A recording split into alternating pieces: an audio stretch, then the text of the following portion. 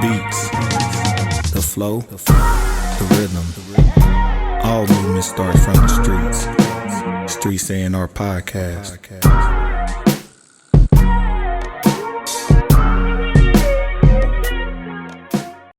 Man, it is a beautiful day outside. You can tell because Johnny got energy. Man, listen. Well, man, I got some sleep. I've been getting some sleep. I got some rest on Friday. I was hoping he was gonna hit us with the ATL line. I got some cutting last night. Shit, nah, man. Listen, man, shit. My sex life is something we is not about. That motherfucker non-existent. The same way they looking for the Loch Ness is the same way I'm looking for my sex life. Yeah. That motherfucker is not to be seen. So Johnny keep calling me E. Samuels, and I'm only gonna go to E. Samuels if he's willing to also. You don't have to host it, but you got to be willing to talk a little bit about your experience. I won't be out there by myself. Man, I'm just, you got all the experiences. Listen, I don't. First of all, clear this message. Hi, boo, my wife.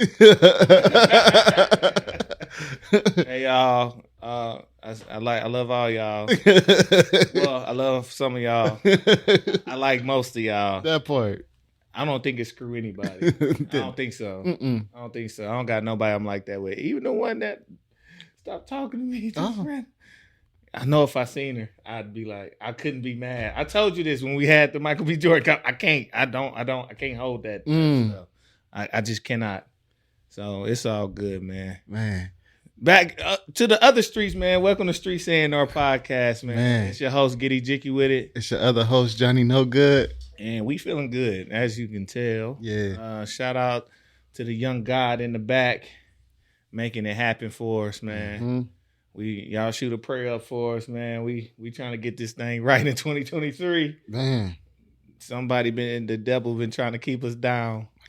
But God. Hey, we need the personal prayer package from Pastor Kearney. Personal prayer package. If Pastor Kearney, can you please call in so we can get us a personal prayer package? Them peas be popping when he said that personal prayer package. Because God said, man. The fact that some people watching this have no clue what we talking about. Shout out to J. Cole for putting that on the end of it. Otherwise, we really wouldn't know. Oh, man. But, man, it's been a good start to the year, man. A whole lot going on. The city, we out here in Omaha, Nebraska, in the middle of the map. And as the spring and summer comes, there's a lot of stuff starting to pop up on the calendar, man. This will not be the place where people begrudgingly come to and are like, oh, ain't nothing to do in Omaha. There's going to be a whole lot to do. And I almost feel like, I think because this is like the first real year, I want to say, quote unquote, free of COVID. Yeah. Quote unquote. Yeah. It's still out here, but it's like, this is the year, like, it feels like everybody's open. Everybody's kind of like, you know what? I done did what I had to do or decided to do. We out. So it really feels like that, to where we're seeing a lot of shows pop up on the radar in and around the city. People doing, it looked like more events. People are trying to do events. People are trying to find different ways to just go out. That's not just a party or just a club. So it's good to see, man. It's a lot of energy. You can kind of feel like with the people, which is kind of crazy with all the things going on in the world. I think people kind of bracing themselves like, because, even when the Great Depression happened, the one thing that went through the roof was entertainment. The movie industry boomed because people needed an escape. So I don't know. And speakeasies. And the speakeasy. So escapism is real when in desperate times. So I don't know if we just getting that feeling. You hitting on it. Gambling, the pennies was real big at that time. So playing the pennies, that was the birth of the lottery. You get what I'm saying? And that, the speakeasies, the jazz joints. So definitely. And the booze, Yeah. So definitely, we reaching into a point where escapism is about to be real. Yeah. So while it's here, I guess we should enjoy it. So I don't know. That's enjoy what you can, because life is hard. You know what I'm saying? So let's enjoy what we, as much as we can through this stuff. But one of the things that it kind of leads into what I wanted to get to today, bro, was when we talk about being out and we talk about all the things happening. It's like the difference between the mediums in the arts.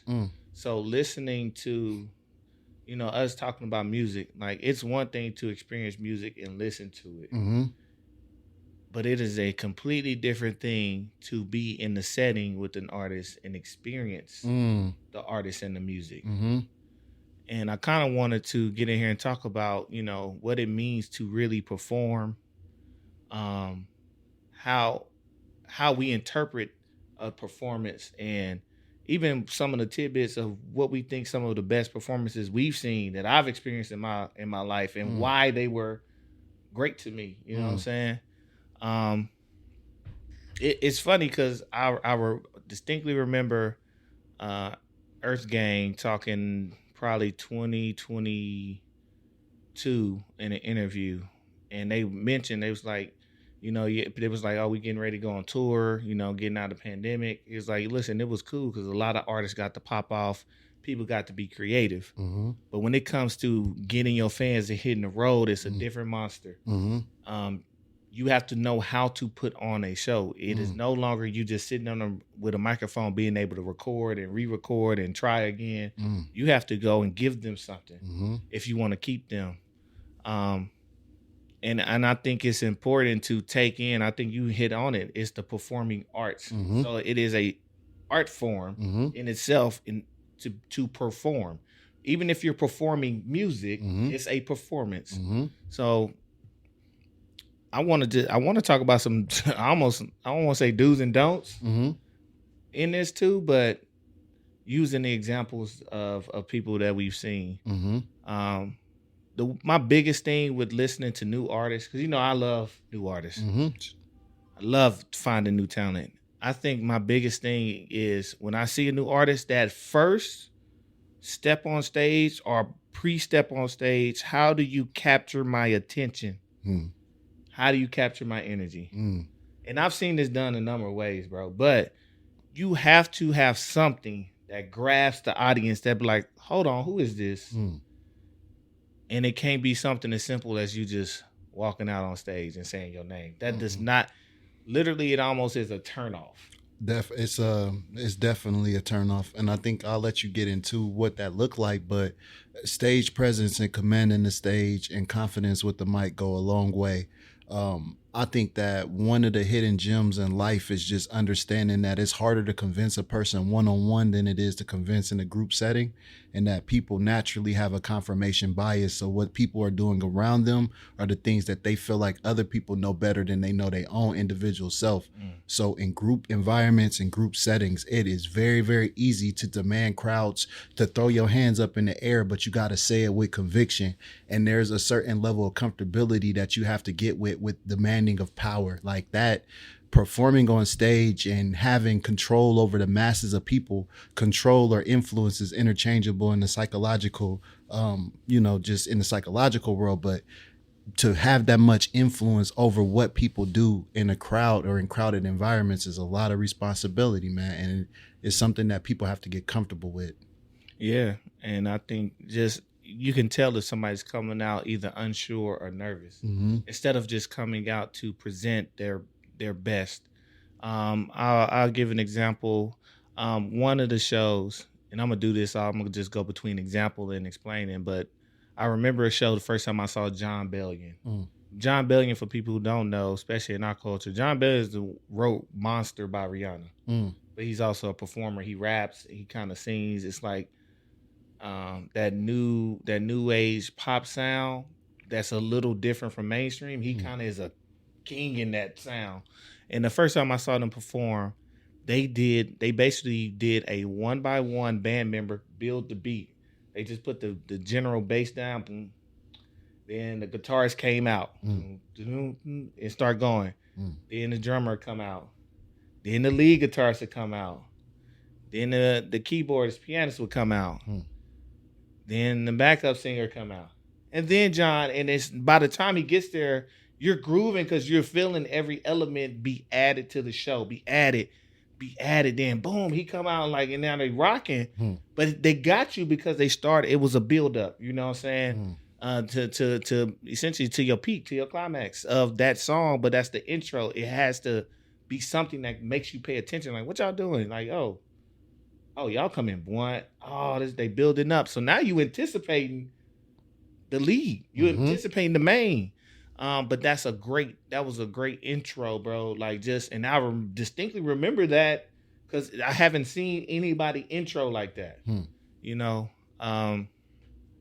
What's oh boy that we went to go see? Was that that wasn't Duckworth. Yeah. His show, they kind of did like a slight introduction like that, a slight build-in, introducing of each element, the band.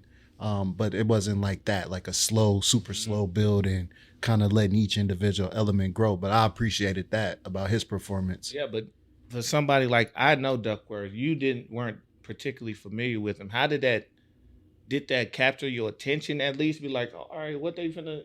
Yeah, no, definitely. It kind of, it reminds me of like the 48 Laws of Power. And there was a story about P.T. Barnum and how he had paid an individual to go around in a circle laying bricks.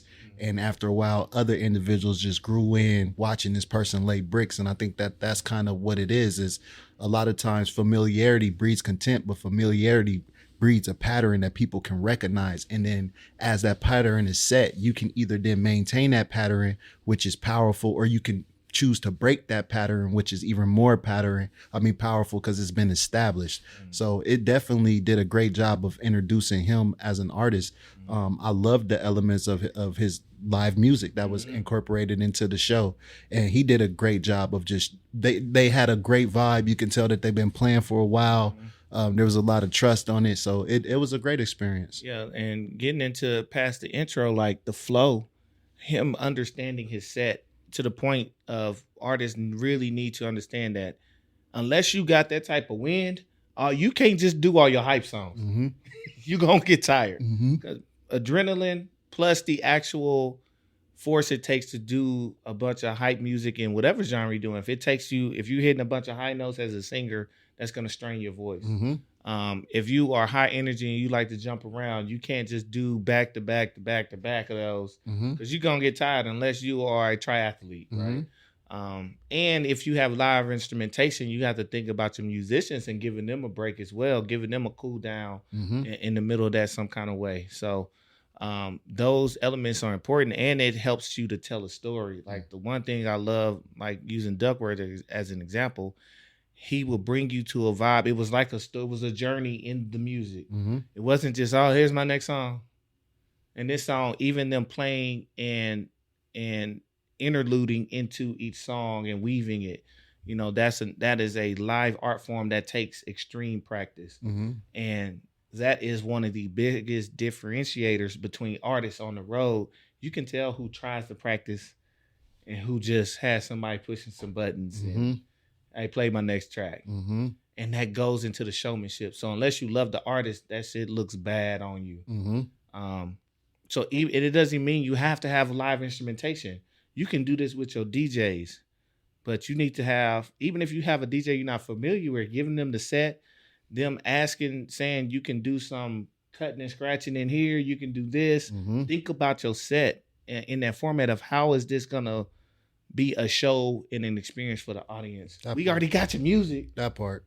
And I think that that's something that you hit on that's very big. When I perform, I'm not trying to do the most. I'm trying to create the most experiences. So it's not about doing songs. It's not about performances. How can I create memorable moments? And I think that that's the key to a great performance is creating experiences. Yeah. And those are done so many ways, bro. Like the ability to be creative in a space, even if it's a confined space and confined time. Set design can matter if you care. And sometimes set design is not the big grandiose stuff. Think about if you're an artist who makes mood music, what if you just brought your chair and a little table with a lamp? Because you make mood music and you understand that most people consume this type of music sitting in their living room, you bring the living room. It's going to shift the energy and put people in that space. Now they're having an experience with you, which seems very authentic and real to how you feel and how they consume the music. Like it's thinking of it in that setting. Like it doesn't take much, but it just takes intentionality in what you're doing to where I'm just not here just to play my songs. This is and I think this young generation coming up is gonna have to learn that lesson the hard way because their whole existence has been just next song, playlist, songs, no albums, just streaming, singles. Like, no, it has to be a thread that's weaving this together, no different than your album. So take them on a journey. So, and I think people who make comprehensive and cohesive albums, it's easier for them to show because the production of the album is as if it's a performance or it's a theatrical score. That's Kendrick is a king of making theatrical scores, front to back. He can run a show, and you can feel how the show would look like and feel like in the music, and then he even pushes it on the stage. So that's one of my biggest things with artists is take the time to understand the craft of performing. Take an acting class. Take breathing classes. Take enunciation classes. You have to if you're gonna hit that stage, because whether people want to admit it or not, anybody can pop on a song. Anybody, you can get a little change off the song. The music is still in the arts. People want to see you, touch you, experience you. If you don't give them nothing to experience, they ain't coming back. You will ruin your career on the road. You can either make or break your career on the road. Very true. With the fans, with the other artists you're touring with, and with the venues. You can either make or break your career. Yeah, no, that's very key. So definitely, I think it's, like you said, it's just about the environment, being microwave and us kind of missing that element of performing. Being that it is a different generation with a different value system, we got things like, AI coming up. And so like they're able to like replicate things that artists do. Is there a sense where craftsmanship has been taken out of artistry? Is there an aspect where mastery has been taken out of artistry as to why we don't value the process of craftsmanship and mastery? I think on the surface level, yes. We go for what's easiest, just like the actual microwave versus cooking. We go for what's easiest, but the things that last the longest, that individual touch, individuality and creativity always are king. There's no way around it when it comes to the arts. So some people can we'll take the music, but we won't take the performance because we can tell when something's missing because it's a person-to-person exchange. It's not through just the headphones anymore. It's not just the screen. So when it comes to exchanges, there has to be something heartfelt or an energy that's pushed to where we're receiving what we came to get. If it ain't there, we check out. You know what I'm saying? We just experienced some shit like that where people checked out because it wasn't there. It wasn't nothing. There was no intimacy. And that's what these are. These are intimate moments.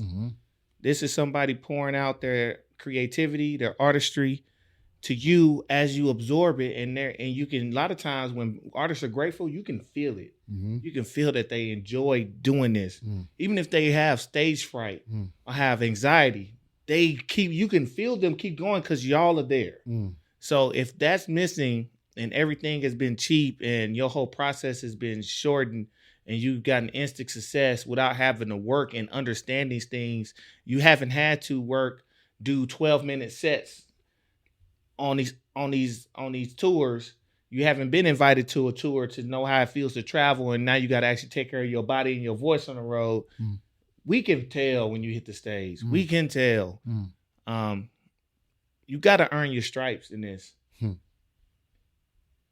Or you won't have no jacket to have a stripe on. Nah, it gets out of it. I think that's a very big key of what you're talking about. Breath work. You talked about learning to breathe, but exercise and being in shape. Like, you have to work out in order to perform. Like, it's very evident, especially if you don't work out or if you haven't been on stage in a while. Like, performing at a high level of energy is very draining. Straining of the vocal cords is there.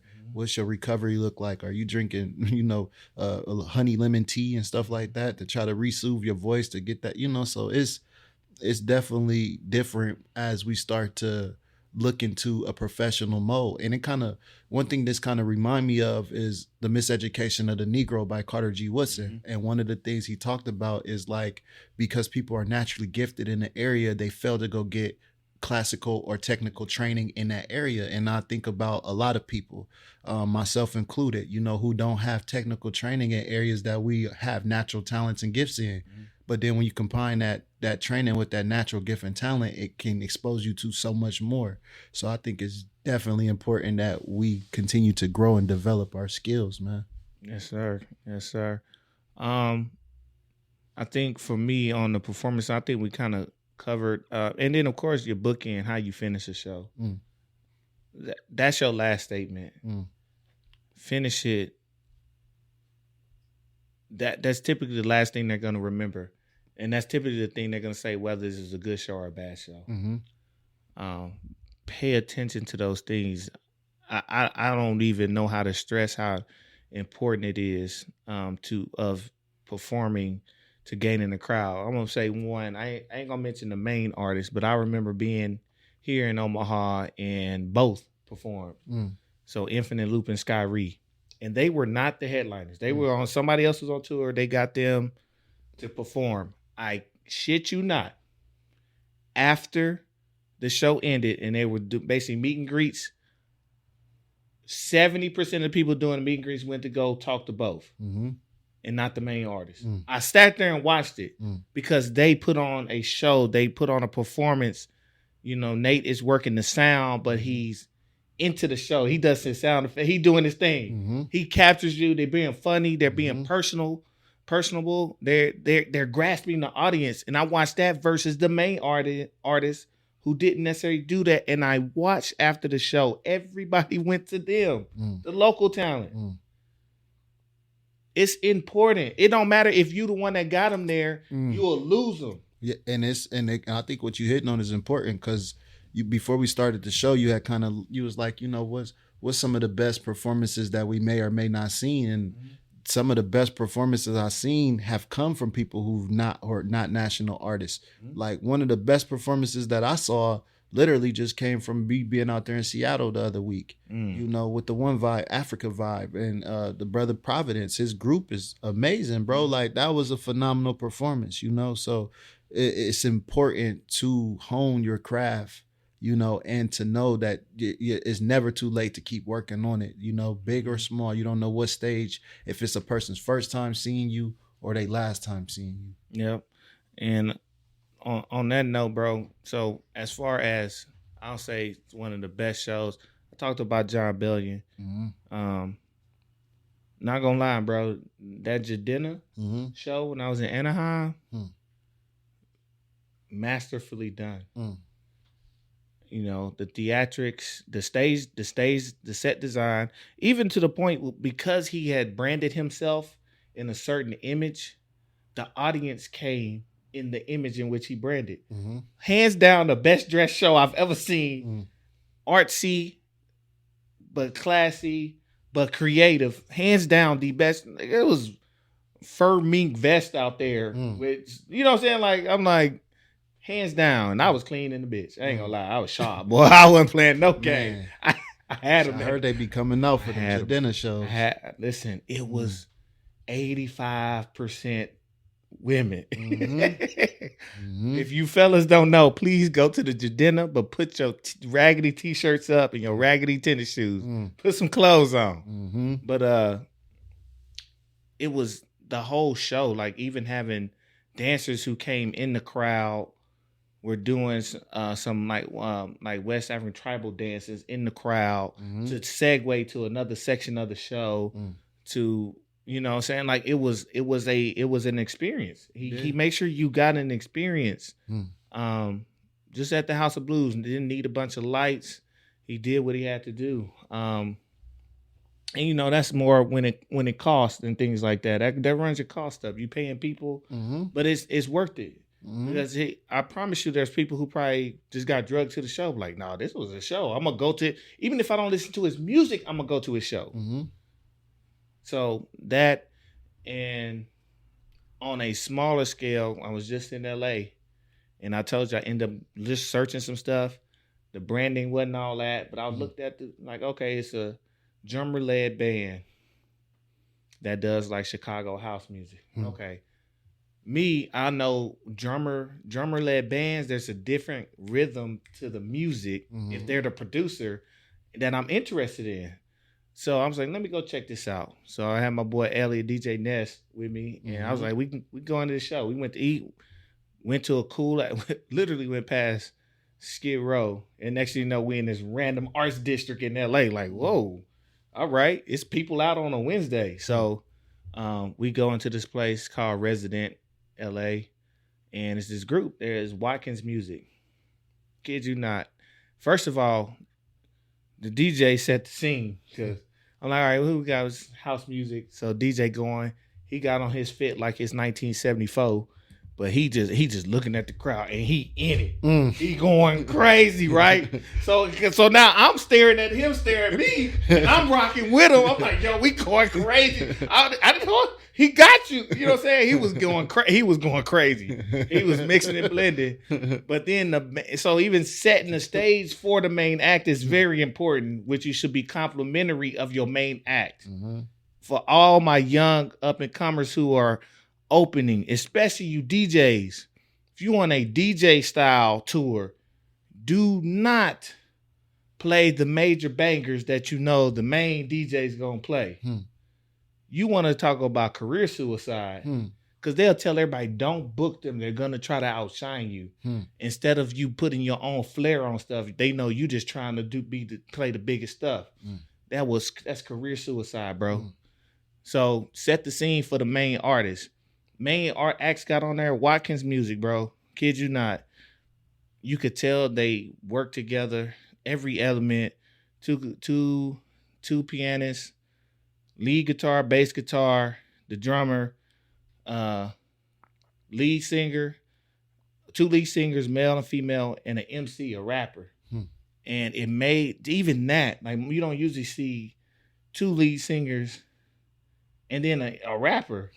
But that it was able to have creativity in the show and the rhythm and for them to go in and out, and the pause breaks was like letting the singers get they shine. You can tell which records let who shine, and it was an amazing experience to where I was like, we got to get y'all to Omaha. We gotta work. We got to get some stuff done. So no lights, no nothing. Small place, but you can still capture an audience. Like, and everybody there was appreciative of what they just witnessed. Even if they didn't like me, I had no clue who they were.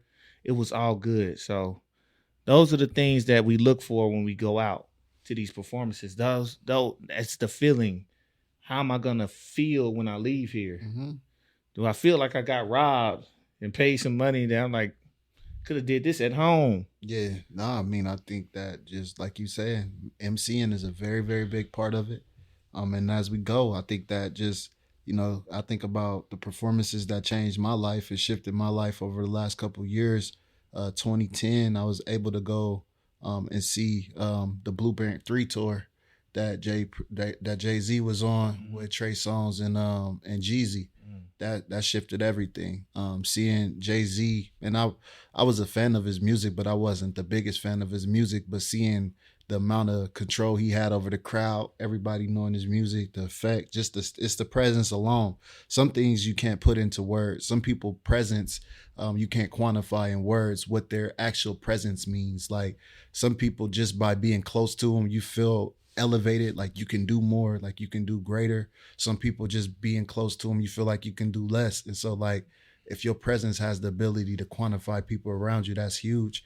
And I think another just recently, last year, August, I had went out to Chicago, the Wu-Tang, Nas, and Busta Rhymes tour. And, I love Nas. Nas is one of my favorite MCs. Wu-Tang, I just started recently getting into with the show, like I wasn't no big Wu-Tang head, those aspects of hip hop. Busta Rhymes, man, I didn't know he was the MC that he is, man. The master ceremony, his performance, his stage presence, everything. I truly, honestly feel like that show is the reason why Nas dropped his last tape, that King's Disease 3, and that pushed him to another level because it was a night and day difference. It wasn't even comparable, the level of skill of commanding the crowd out there. And that's no disrespect to Wu-Tang. That's no disrespect to Nas. Busta Rhymes, I could only imagine 15 years ago what it would have been like to see him perform at the peak of his career. And it's funny because we hear those stories, but then you get to see even, I'll say, quote unquote, past his prime. You be like, well, I want to see Busta with the hair. Because that probably would have been insane. Because you know what type of energy he had. His energy, but give a shout out to his fucking to his hype man, dog. Like, bro, the synergy is there. Every time he need that pick, his hype man is there to carry him. It's like perfectly in sync. They on stage, and it goes back to not trying to outshine and not trying to outshine. You still shine. Like it's so beautiful, bro. So like to see his hype man, to see their relationship, to see how they work in tandem on the stage, bro. That's probably some of the best MCing and stage presence that I've seen combined, man. Busta Rhymes. Yes, sir. Yeah, he that dude. I have not gotten to witness him. It's a couple of shows I ain't gonna say I have to. Hopefully I didn't miss the boat, but we're gonna see. You know, gotta get to a K-Dot to Kendrick because I want to see the theatrics. I hear it. I just got to see and experience for myself. Busta's on that list. I want to see Coast Contra later when they the headline and they do because I feel like it's gonna be something. I've got to experience so many already, so it's like I done seen all these. I done seen Big Crit, and Rhapsody, and all of that. So, I think if Wale ever drop a go-go tape, then I won't go because I think it's gonna be just pure jam, live jam session. You know what I'm saying? Just like it is in these, it's just gonna be one of them. Like it's just a vibe. We ain't gonna go, but yeah, man, it is vitally. For longevity in this game. And now you got a sense of why people like Busta have lasted. Even without dropping music, they can be like, no, I'm going to the show. Because the performance matters. The performance is kind of where it's at. And I don't think we will ever be at a point where the performance part of your music will trump anything else. Even as AI comes, even as we move digitally with performances, you still gonna have to bring something. Because now they're gonna be like, well, you got more tools to be creative. People gonna look for more. You ain't gonna be able to just do bass. So you gotta figure it out.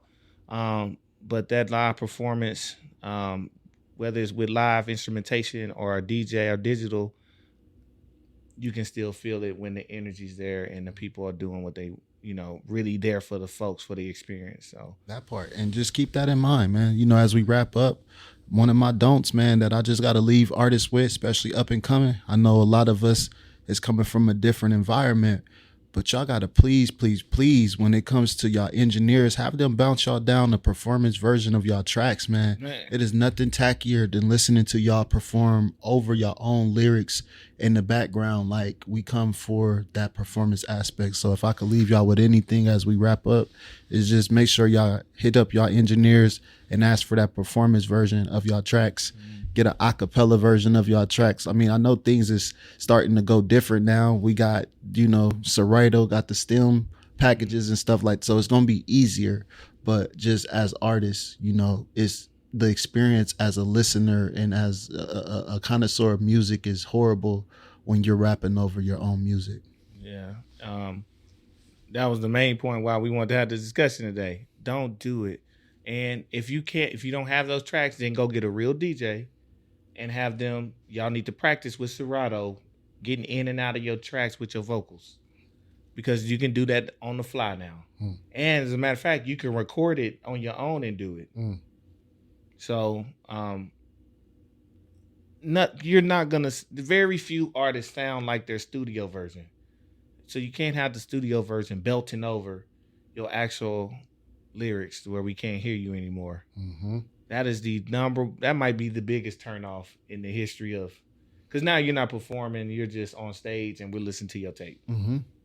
I could have did this at home.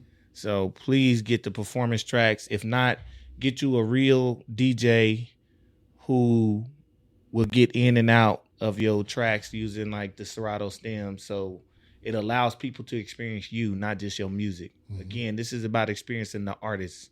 It's the only reason we come. We can still listen to your music on stream. We come to experience you because we support your music. So with man, great ending point. No more no-nos. Let's get better. Go get your money. Go get your audience. Go capture the hearts and the minds of the people. Because that's how you stay in this game. Mm-hmm. That's how you stay in any game, capturing the hearts and the minds of the people, man. Mm-hmm. Yeah, shit. Yeah.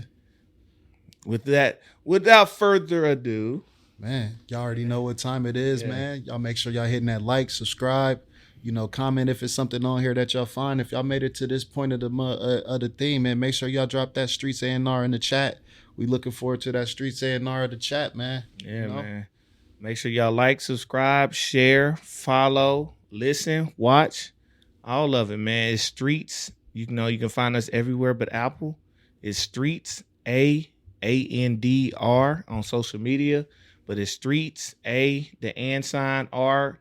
Type that in, whether you're on Spotify, Google, Audible, whatever you on, YouTube, we pop right up. So we appreciate the support so far, man. We're gonna continue to grow this and grow this kind of arts and culture.